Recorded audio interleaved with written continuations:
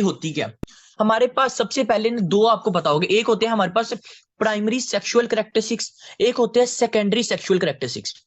जो primary sexual characteristics है ना, इसका मतलब ये है कि आपका पीनस हो गया, ठीक है, आपके टेस्टिस होंगे, यानी जो आपके आफ्टर जब आप बर्थ होती है तो आपके प्राइमरी सेक्सुअल कैरेक्टरिस्टिक्स आपके बन जाते हैं, ठीक है।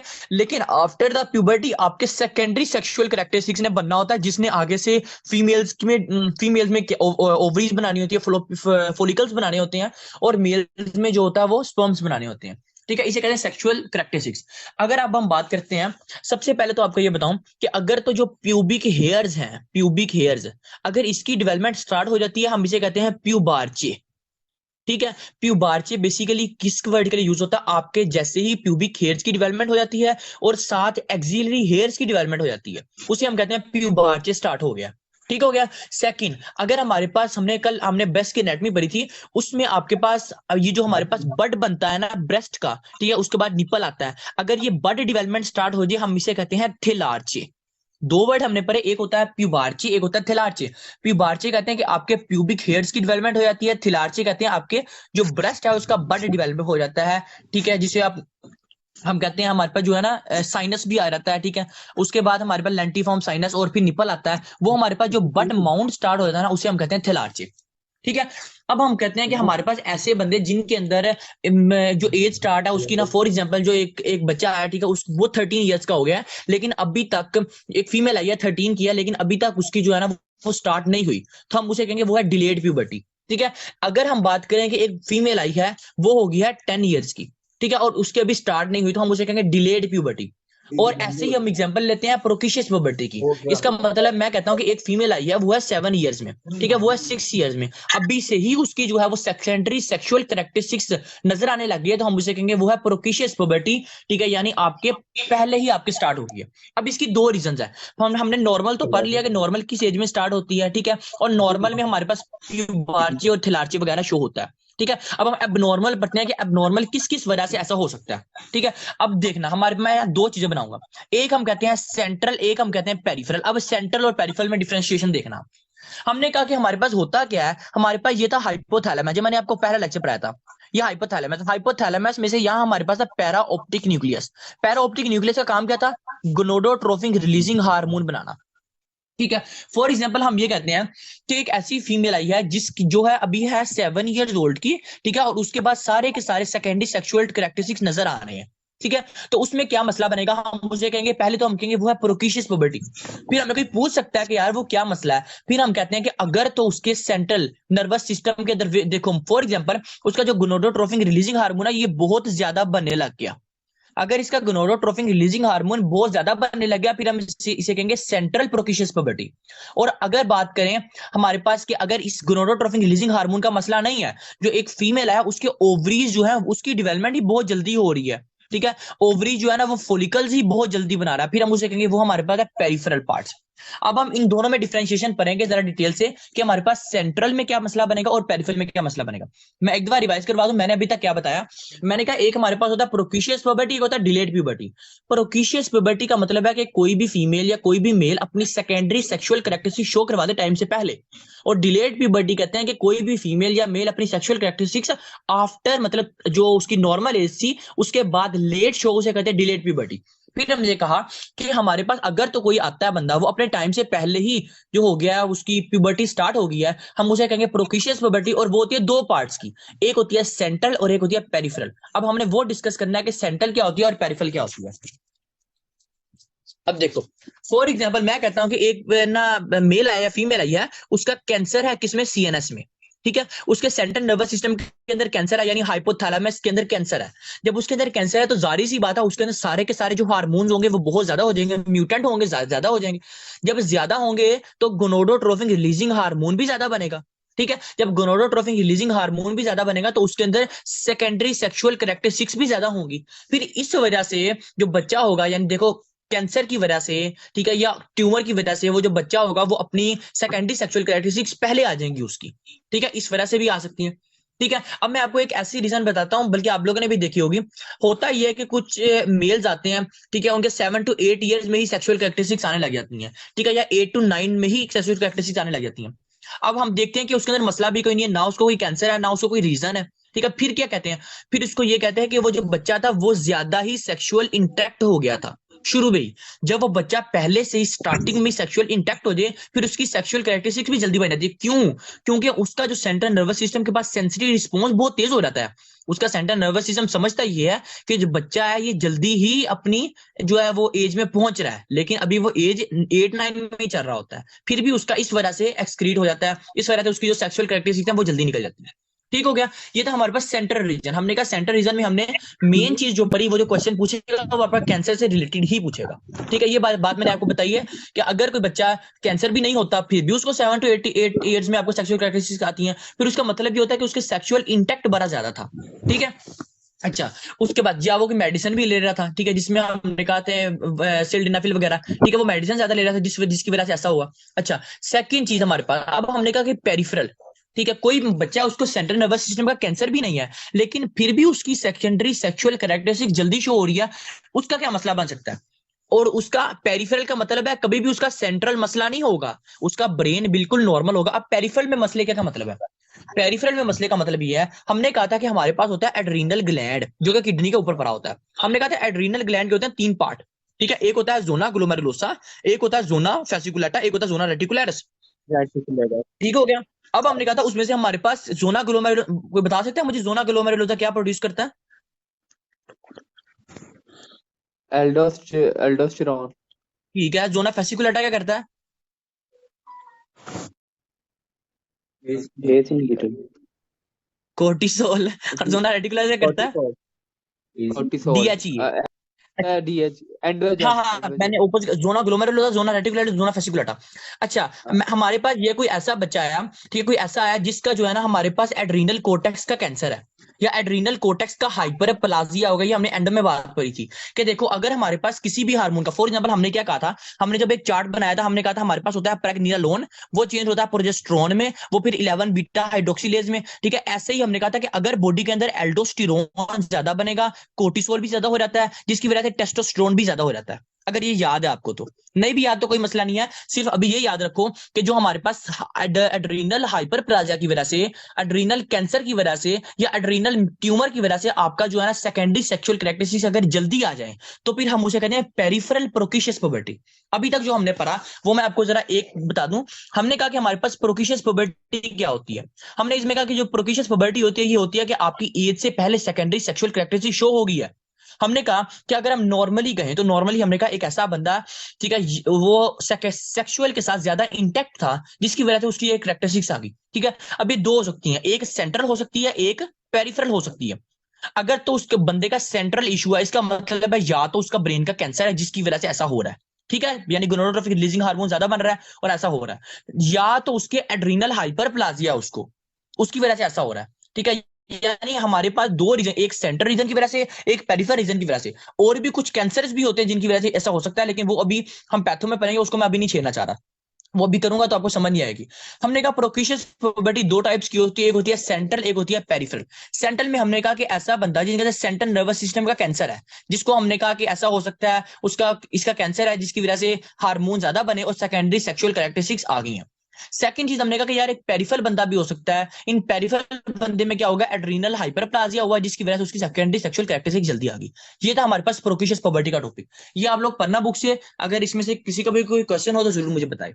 अच्छा, उसके बाद हमारे पास जो आता है ना सेकंड, वो आता है डिलेड प्यूबर्टी। अब उससे पहले ना मैं आपको कुछ बातें बता दूं कि हमारे पास एक टर्म होती है हाइपर गोनेडोट्रोफिक, और एक होती है हमारे पास हाइपोगोनेडोट्रोफिक। अब इनका मतलब क्या है? अगर कोई कहे ना कि हाइपर गोनेडोट्रोफिक है, इसका मतलब है इसके अंदर गोनोडोट्रोफिन रिलीजिंग हार्मोन ज्यादा बन रहा है।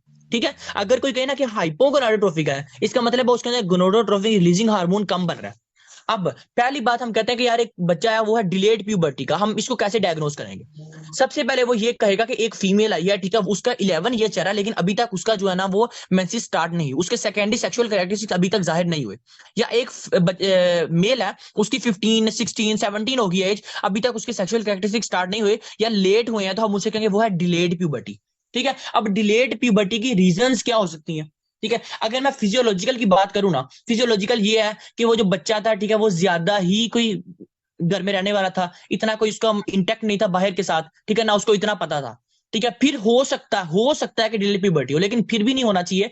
15 तक 14 तक इसकी कैरेक्टरिस्टिक्स आ जाती होती है। ठीक है, लेकिन अगर लेट भी है, ये कोई मसला नहीं है, मैं आपको कह रहा हूँ। ठीक है, लेट आने का कोई मसला नहीं है, ये हो सकता है उसका सेंट्रल नर्वस सिस्टम थोड़ा सा इशू कर रहा हो। ठीक है, लेट उसका स्टार्ट हुआ हो, वो कोई मसला नहीं है। ठीक है, अब हम डिलेड प्यूबर्टी पढ़ेंगे कि किस किस रीजन की वजह से जो है ना, अगर कोई मसला है किसी बंदे में, तो उनकी वजह से डिलेड प्यूबर्टी की क्या रीजन है। हमारे पास, हमने कहा कि हमारे पास होते हैं दो, एक होते हैं हाइपर गोनाडोट्रोफिक, एक हमने कहा हाइपोगोनाडोट्रोफिक। इन दोनों को हम ऐसे डिफरेंशिएट करेंगे। हमने कहा कि एक बंदा है, उसके अंदर हाइपर गोनाडोट्रोफिक है। फॉर एग्जाम्पल, उसके अंदर गोनाडोट्रोफिक रिलीजिंग हार्मोन ज्यादा बन रहा है। ठीक है, गोनाडोट्रोफिक रिलीजिंग हार्मोन तो ज्यादा बन रहा है, लेकिन मसला किधर है? या तो उस बंदे के टेस्टिस सही तरह से डेवलप नहीं हुए, या तो उस बंदे की फीमेल की ओवरी सही तरह से डेवलप नहीं हुई, जिस वजह से उसके जो करेक्टरिस्टिक्स है अभी तक नहीं आए। दोबारा सुनना, हाइपो जो है ना, डिलेड प्यूबर्टी को हम हाइपोगोनाडिज्म भी कहते हैं। ठीक है, हाइपोगोनाडिज्म होती है दो टाइप्स की, एक होती है हाइपर गोनाडोट्रोफिक, होती है हाइपोगोनाडोट्रोफिक। हाइपर गोनाडोट्रोफिक का मतलब है कि उसका गोनाडोट्रोफिक रिलीजिंग हार्मोन, जो हार्मोन है वो सही है, वो नॉर्मल है, लेकिन मसला किधर है? या तो उसके टेस्टिस के अंदर मसला है, या तो उसके ओवरी के अंदर मसला है, जिसकी वजह से उसकी कैरेक्टरिस्टिक्स लेट आ रही है। ठीक है, अगर मैं बात करूं हाइपो की, हाइपोगोनाडोट्रोफिक में क्या आएगा कि हमारे पास जो गोनाडोट्रोफिक रिलीजिंग हार्मोन है वो है कम। ठीक है, अगर हम बात करें कि गोनाडोट्रोफिक रिलीजिंग हार्मोन ही कम है, फिर मैं कह सकता हूं वही बात कि हमारे पास ब्रेन डैमेज हो सकता है इस बंदे का, इसका सेंट्रल नर्वस सिस्टम का डैमेज हो सकता है। देखो, अगर एक बंदा है, उसके अंदर उसके जो हार्मोन है वो गोनाडोट्रोफिक रिलीजिंग हार्मोन वो कम है, तो जाहिर सी बात है फिर तो सेक्सुअल कैरेक्टरिस्टिक्स लेट ही आएंगी ना। ठीक है, लेकिन अगर एक बंदा है उसका गोनाडोट्रोफिक रिलीजिंग हार्मोन भी ज्यादा है, फिर क्यों लेट है? फिर इसलिए लेट है, या तो उसके टेस्टिस का मसला है, या तो उसके ओवरी का मसला है। और अगर तो उसका गोनाडोट्रोफिक रिलीजिंग हार्मोन कम है, फिर क्या हो सकता है? ये हो सकता है कि उसका ब्रेन कहीं डैमेज है। अगर तो उसका ब्रेन डैमेज होगा, जाहिर सी बात है ये हार्मोन नहीं बनेगा, जब हार्मोन नहीं बनेगा तो सेकेंडरी सेक्सुअल कैरेक्टरिस्टिक्स नहीं आएगी। ठीक है, ये हमारे पास है डिफरेंशिएट हाइपरगोनाडोट्रोफिक में और हाइपोगोनाडोट्रोफिक में। अभी आप लोगों ने सिर्फ ये याद रखनी है, सिर्फ जेन में रखनी है कि मैं जो एग्जांपल बताऊंगा, हमने पढ़नी है एग्जांपल को डिटेल से। सबसे पहले जो हाइपरगोनाडोट्रोफिक में आती है, इसे कहते हैं क्लाइनफेल्टर सिंड्रोम। ठीक है, ये हम पढ़ेंगे पैथो में क्लाइनफेल्टर सिंड्रोम क्या होता है। फिर आप लोगों ने मुझे बताना है कि क्लाइनफेल्टर सिंड्रोम में हमने हाइपर पढ़ा था कि हाइपो पढ़ा था। याद रखना, कोई भी मेल आता है, ठीक है, क्लाइनफेल्टर सिंड्रोम के साथ, यानी कोई भी पेशेंट है क्लाइनफेल्टर सिंड्रोम के साथ, हम उसे कैसे कहेंगे?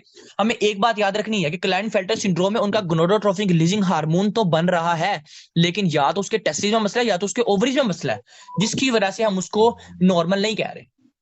ठीक हो गया, हमने कहा क्लाइनफेल्टर सिंड्रोम। सेकंड, हमने कहा कि ऐसा हो सकता है वो टर्नर सिंड्रोम का पेशेंट हो।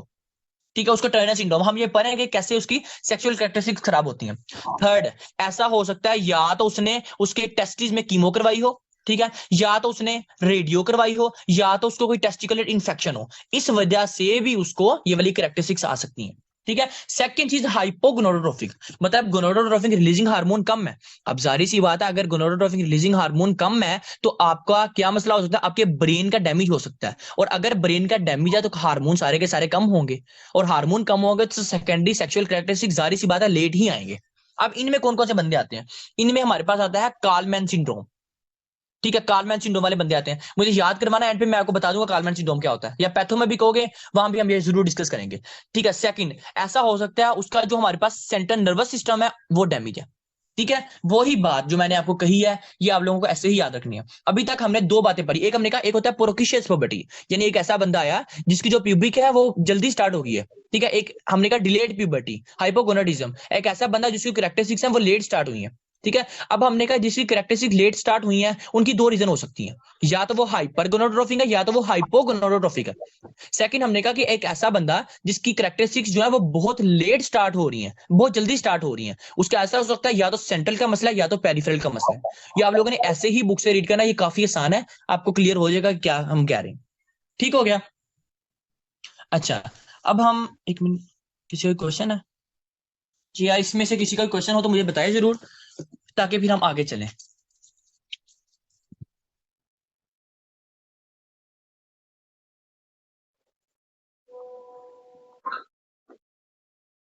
क्लियर है यार ये पॉइंट आपको, प्रोकिशियस प्यूबर्टी और डिलेड प्यूबर्टी में, ताकि हम फिर नेक्स्ट चलें। जी जी, अब तक अच्छा, क्लियर है। अब ये ठीक हो गया। अब हमारे पास आता है हमारे पास टॉपिक मेनोपाज। ये ना असल में छोटे छोटे टॉपिक हैं, इस वजह से इसमें ना ऐसा टाइम लग रहा है कि डिटेल नहीं है इसमें इतनी। ठीक है, जितनी है उतनी तो मैं आपको बता रहा हूँ। अब पहली चीज कि यार मेनोपॉज होता क्या, मेनोपॉज आता क्यों है और किस एज में आता है। ठीक है, यूएस वालों ने ये सजेस्ट किया कि आपका जो है ना वो 51 ईयर्स में मेनोपॉज आना चाहिए। ठीक है, उन्होंने जो अब अर्ली थ्योरी है ना, उन्होंने उसमें कहा है कि 45 से 51 एज में आपका जो मेनोपॉज है वो आना चाहिए। ठीक है, और उन्होंने जो पीक एज बताई है ना वो बताया 51। और अगर उन्होंने कहा कि अगर आपका 51 एज से पहले आ रहा है, 51 एज से पहले आ रहा है, तो इसका मतलब ये या तो वो फीमेल स्मोकर थी या तो वो फीमेल अल्कोहलिक थी। ठीक हो गया। अब पढ़ते हैं कि यार मेनोपाज होता क्या, फिर हम दोबारा इस बात पे आएंगे। पहली चीज, मेनोपाज का मतलब ये है कि हमारे पास जो हमने कहा था ना, जो फोलिकल्स बनते हैं ओवरी के अंदर, हमने ये ओवरी बनाई थी, हमने कहा था कि हमारे पास होता है primordial follicle change into primary follicle and then secondary follicle then pre antral then pre ovulatory. ठीक है, ये जो फोलिकल्स होती है ना, इनका फेलियर हो जाता है, ये ग्रोथ नहीं आगे कर पाते। ठीक है, बॉडी में हार्मोन होता है, हार्मोन की कमी हम कभी नहीं कहेंगे इसमें, हार्मोन की कमी कभी नहीं कहेंगे, होता ये कि इनका फोलिकल का फेलियर हो जाता है। ठीक है, अब ये जो फोलिकल्स का जब फेलियर हो जाता है ना, फिर क्या होता है, फिर हमारे पास मेनोपाज आने लग जाते हैं, अब नॉर्मल मेंसेस स्टार्ट हो जाने लग जाती है। यही सेम स्टेज होती है हमारे पास पीसीओएस के अंदर, पॉलीसिस्टिक ओवेरियन सिंड्रोम के अंदर। ये वाली जो फीमेल्स होती है इनको भी जो है ना कभी मेंसेस आगे या ना आए। ठीक है, और एब्सेंट भी रहते हैं काफी देर तक। सबसे पहले, क्योंकि हम पीसीओएस तो डिस्कस कर नहीं रहे, हम मेनोपाज डिस्कस कर रहे हैं। हम पहले बात हमने पढ़ी कि ऐसी फीमेल्स के अंदर क्या होता है, जो फोलिकल्स का ग्रोथ थी और फोलिकल्स का आपस में चेंज होना था वो खत्म हो जाता है, पहली चीज। ठीक हो गया। सेकंड चीज क्या होता है, सेकंड चीज ऐसी फीमेल्स के अंदर जो एस्ट्रोजन है ना वो भी बनना कम हो जाता है। ठीक हो गया, एस्ट्रोजन भी बनना कम हो जाता है। लेकिन एक चीज, ऐसी फीमेल्स में फोलिकल स्टिमुलेटिंग हार्मोन और ल्यूटिनाइजिंग हार्मोन नॉर्मल ही रहते हैं, यानी वो बनते रहते हैं, वो बनते रहते हैं। दोबारा सुनना बात, क्योंकि हमारे पास इस फीमेल में सेंट्रल नर्वस सिस्टम का मसला तो है कोई नहीं। ठीक है, सेंट्रल नर्वस सिस्टम का मसला नहीं है, तो फोलिकल स्टिमुलेटिंग हार्मोन और ल्यूटिनाइजिंग हार्मोन आपस में ये तो बनेंगे। ठीक है, जब फोलिकल स्टिमुलेटिंग हार्मोन और ल्यूटिनाइजिंग हार्मोन बनेंगे तो इनका काम क्या था, इनका काम था एस्ट्रोजन बनाना। अगर मैं आपको याद करवाऊं तो मैंने कहा था ये है हमारे पास थीका सेल्स और ये है हमारे पास ग्रेनुलोजा सेल्स। थीका सेल्स में आपका एलएच आता था, यहां से एफएस आता था और यहां से एस्ट्रोजन बनता था।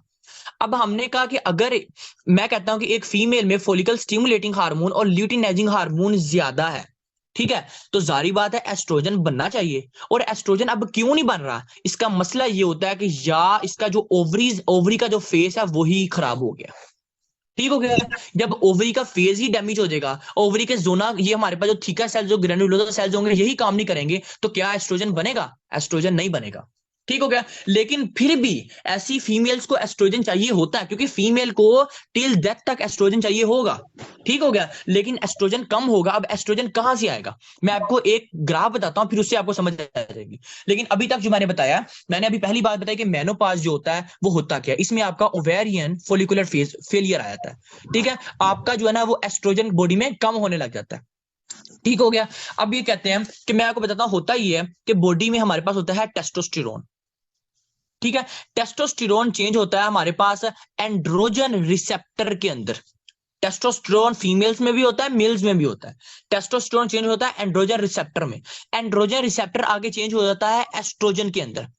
अब अगर ये देखो एस्ट्रोजन यहां से बन गया, फीमेल की बॉडी के अंदर एस्ट्रोजन काफी जगह से बन रहा था, वो हमने डिस्कस की थी बात। अब बात कर रहे हैं कि टेस्टोस्टेरोन चेंज हो जाता है एंड्रोजन रिसेप्टर में, एंड्रोजन रिसेप्टर जो होता है वो आगे एस्ट्रोजन बनाता है। ठीक है, और ये एस्ट्रोजन क्या करता है, ये आपकी बॉडी को मेंटेन कर रहा होता है। लेकिन ये जो एस्ट्रोजन है ये बन कहां से रहा है, ये टेस्टोस्टेरोन से बन रहा है। इस वजह से ये जो फीमेल्स होती हैं इनमें एक केस आ रहा था, इसे कहते हैं हीरोसोटिज्म। अब हीरोसिटिज्म क्या होता है, ऐसी फीमेल्स में जो है ना मेल टाइप बाल्डनेस आ जाती है। मेल टाइप जो है ना, जिस तरह हम कहते हैं ना कि लिप्स के ऊपर जो बालों की ग्रोथ है वो होने लग जाती है, मेल टाइप पैटर्न आने लग जाता है। मेल टाइप जो वॉइस है वो आने लग जाती है। क्यों, क्योंकि ये जो टेस्टोस्टेरोन है ये कन्वर्ट हो रहा है एस्ट्रोजन के अंदर। ठीक है, ये बात मेरी दोबारा सुनना, मैंने कहा कि हमारे पास जो है ना मेनोपाज वाली फीमेल्स में ओवेरियन तो फेलियर होता, ओवेरियन फेलियर होगा, जारी बात है बॉडी के अंदर एफएसएच और एलएच तो होगा ही, लेकिन एफएसएच और एलएच आगे एस्ट्रोजन में कन्वर्ट नहीं होगा। फिर एस्ट्रोजन कहां से आएगा, फीमेल्स की बॉडी में टेस्टोस्टेरोन भी पड़ा होता है, तो टेस्टोस्टेरोन आगे एस्ट्रोजन बना देगा। जब टेस्टोस्टेरोन एस्ट्रोजन बना देगा तो फीमेल्स की जो कैरेक्टरिस्टिक्स होंगी वो कौन सी आएंगी, वो आएंगी हीरोसिटिज्म की। ये आप लोगों ने कभी नहीं भूलनी। ठीक है, ये बहुत ज्यादा इंपॉर्टेंट बात थी हीरोसिटिज्म की। अब मैं आपको एक बात बताऊं कि हमारे पास जैसे ही female at the age of 51 जाती है, यानी ग्रेटर देन 40, जो होता है ना, पाकिस्तान में तो ग्रेटर देन 45, 40 टू 45 लिखा हुआ है ना, लेकिन यूएस में कहा गया कि ये 51 है। अच्छा, जैसे ही ये वाली जो एज है वो फीमेल क्रॉस करती है, तो उनकी जो ओवरीज होती है ना, वो उसकी जो बॉडी में जो एस्ट्रोजन होता है ना, वो कम हो जाता है, और जो ओवरीज होती है वो अपना फंक्शन कम कर देती है। आपका जो फोलिकुलर फेज है वो कम हो जाता है, जिसकी वजह से हम कहते हैं इसको फोलिकुलर फेलियर हो गया। अब ये आगे से हमारे पास आगे जो है वो स्टार्ट नहीं कर पाएंगी, जिसकी वजह से क्या होता है, जो फीमेल होती है उसका जो मेंस्ट्रुअल साइकिल होता है वो डिस्टर्ब हो जाता है। ये जो मेंस्ट्रुअल साइकिल होता है वो डिस्टर्ब कितनी देर तक रहता है, ये रहता है 6 to 7 years तक। 6 से 7 साल तक जो मेंस्ट्रुअल साइकिल है वो डिस्टर्ब रहता है, फिर पक्का पक्का खत्म हो जाता है। हम उसे कहते हैं वो है एक मेनोपाज की फीमेल। अब हम डायग्नोज, हमें पता लग गया यार मेनोपाज होता क्या, किस एज में आता है। अब हम डायग्नोज कैसे करेंगे कि यार एक फीमेल मेनोपाज की है। सबसे पहले तो जो फीमेल आएगी वो कहेगी डॉक्टर साहब बात यह कि 12 महीने से मुझे मेंसेस नहीं आ रहे।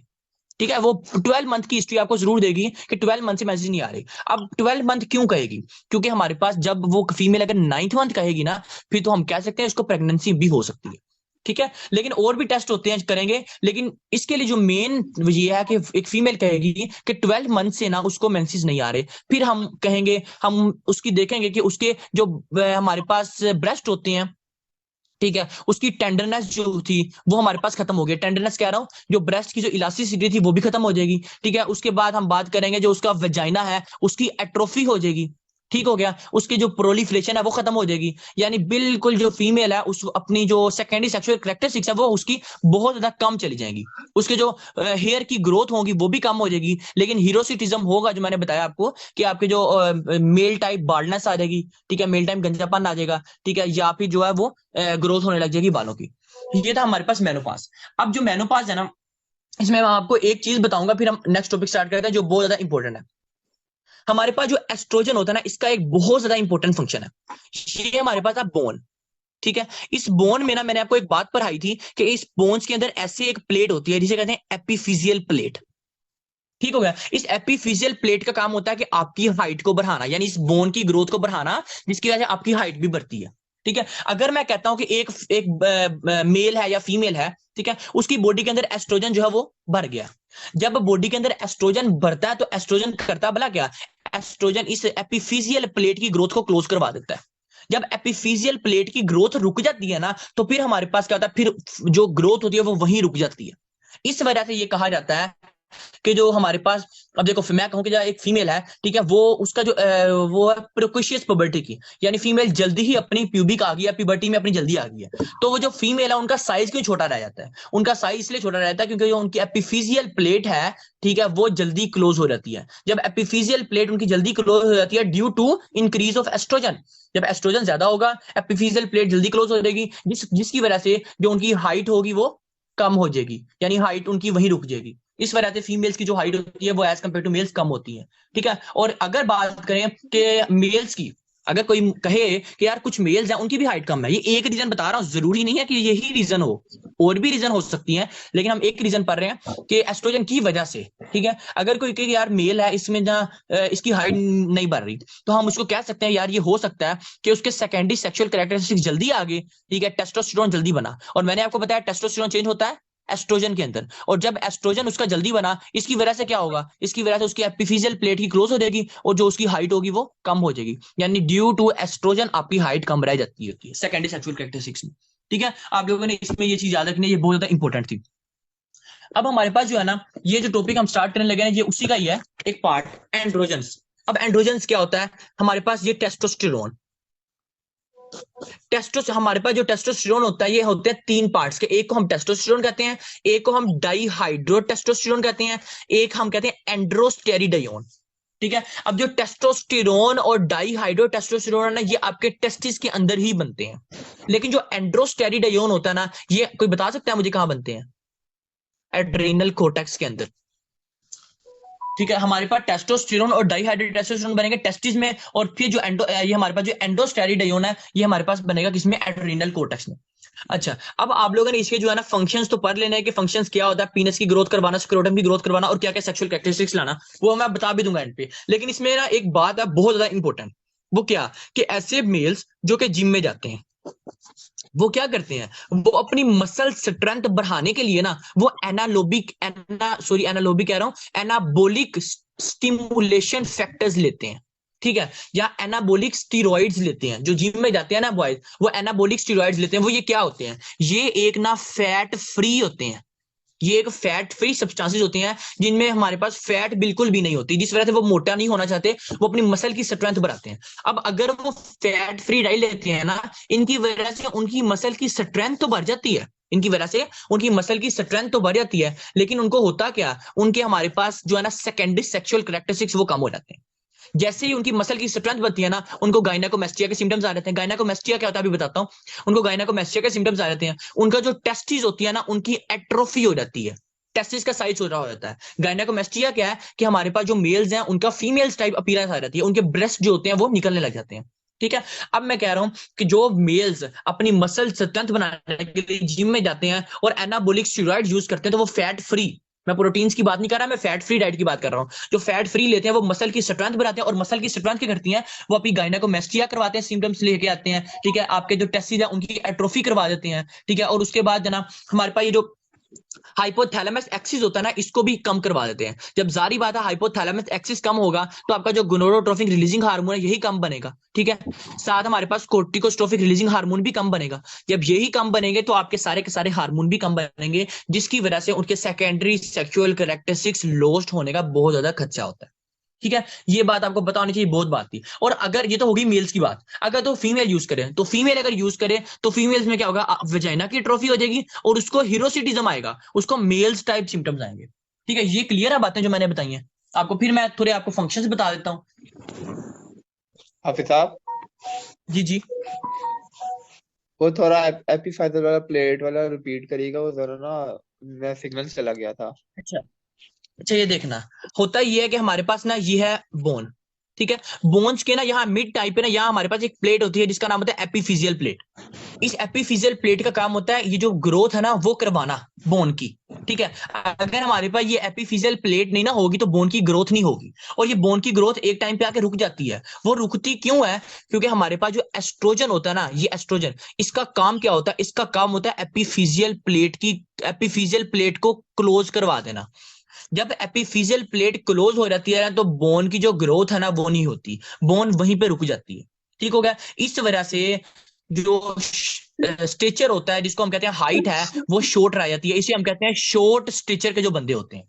ठीक हो गया, एस्ट्रोजन जब भी बॉडी में होगा ये इस ओके हो गया। एपिफिजियल प्लेट को क्लोज करवा देगा, जिसकी वजह से जो हाइट है वो कम हो जाएगी, जो बोन्स की ग्रोथ है वो वहीं पे रुक जाएगी। अभी हम एस्ट्रोजन का ये पढ़ तो रहे हैं, लेकिन इसमें अभी और भी बातें हैं कि एस्ट्रोजन का कम होना भी क्यों जरूरी है, ज्यादा भी क्यों जरूरी है, वो आगे की बातें हैं, वो साथ साथ चलेंगे। लेकिन अभी जो बात पता होना चाहिए वो ये है कि एपिफिजियल प्लेट में उसका क्या काम है।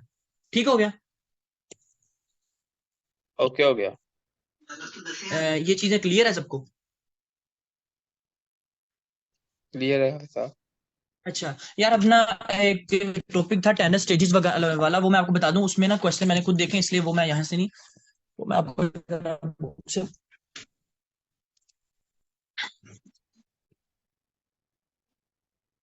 अच्छा, अब ये देखना, हमारे पास अटेंडेंस स्टेज हमारे पास कैसे डेवलपमेंट होती है। सबसे पहले हमारे पास आता है स्टेज वन।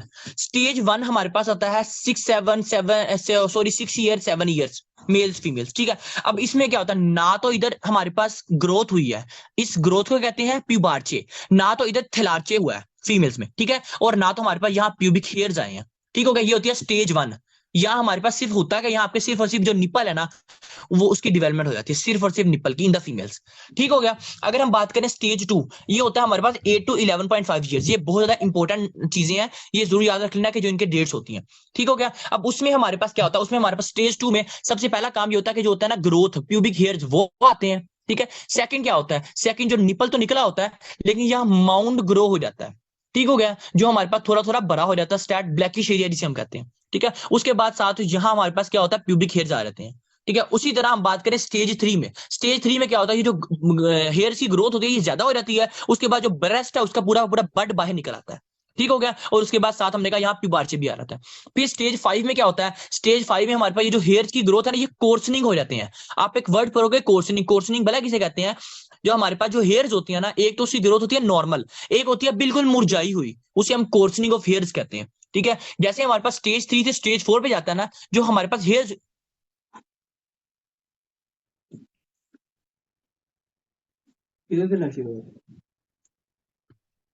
यार आवाज आ रही है मेरी? स्क्रीन बंद हो गई जी मेरी। जी जी आ रही है। रुक गई है वीडियो। अब एक मिनट, अब अब आ ठीक रही है, है? आप कंटिन्यू करें, अब ठीक है। अच्छा, हमने कहा कि देखो ना हमारे पास स्टेज 1 में ये ना, इसलिए ये क्वेश्चन जरूर पढ़ते हैं, ये आप लोगों ने कभी टॉपिक भूलना नहीं है। क्यों? वो कहता है कि आप, वो यहां से बताता है और वो कहता है ये कौन सी स्टेज है। ठीक हो गया, या तो यहाँ पिक दिखा देता है फिर कहता है कौन सी स्टेज है। ये मैंने क्वेश्चन बहुत देखे हैं इसके। अच्छा, स्टेज 1 में हमने कहा कि सिर्फ और सिर्फ निपल की ग्रोथ होती है। ठीक है, स्टेज 2 में क्या होता है, प्यूबिक हेयर्स होती है और साथ बट ब्रेस्ट का माउंट निकल आता है। स्टेज 3 में साथ जो हेयर होते हैं वो थोड़े कोर्सनिंग हो जाते हैं, साथ जो होता है ब्रेस्ट पूरा बड निकल आता है। और स्टेज 5 में क्या होता है, जो हेयर होते हैं वो और ज्यादा कोर्सनिंग में चले जाते हैं। कोर्सनिंग मैंने बताया था कि एक होते हैं नॉर्मल हेयर्स, वो बिल्कुल नॉर्मल, कोर्सनिंग मतलब थोड़े मुरझा गए हैं, उसे हम कोर्सनिंग कहते हैं। ठीक है, और उसके बाद ये एज जरूर याद रख लेना कि हमारे पास स्टेज 4 में एज क्या होगी। ठीक है, और उसमें हमारे पास जो होता है ना, क्या होगा, आपके ब्रेस्ट होगा ना, ब्रेस्ट, ठीक है, उसके ऊपर माउंट ग्रो कर जाएगा एक, निपल तो पहले ग्रो कर गया था, उसके ऊपर एक माउंट ग्रो कर देगा। फिर स्टेज 5 में क्या होगा, स्टेज 5 में इनलार्जमेंट हो जाएगी टेस्टिस की, ओवरीज की। ठीक है, उसके बाद हमारे पास जो सर्विक्स होता है उसकी, क्लाइटोरिस वगैरह की, यानी सेकेंडरी सेक्सुअल कैरेक्टरिस्टिक्स और प्राइमरी सेक्सुअल कैरेक्टरिस्टिक्स की ग्रोथ ज्यादा बढ़ जाएगी। ठीक हो गया, आप लोगों ने ये चीज याद रखनी है, और ये चीज आप लोगों का रट्टा पार्ट है, ये आप लोगों ने यहाँ देखनी है। इसकी एजिस क्या है, ये बता दिया आपको कि प्यूबार्चे क्या होता है, थलार्चे क्या होता है। ठीक है, उसके बाद आप लोगों ने ये एजिस जरूर देख लेनी है कि क्या होता है। अब आप लोग यार बता दो कि आज के टॉपिक में से किसी का भी कोई क्वेश्चन हो, हम वो डिस्कस कर लेते हैं। वैसे हमारी फिजियो खत्म हो गई है। और अब बता दो पैथो का भी टेस्ट कब देना है, ये सॉरी पैथो कह दिया, फिजियो, एनाटमी और एम्ब्रियो का टेस्ट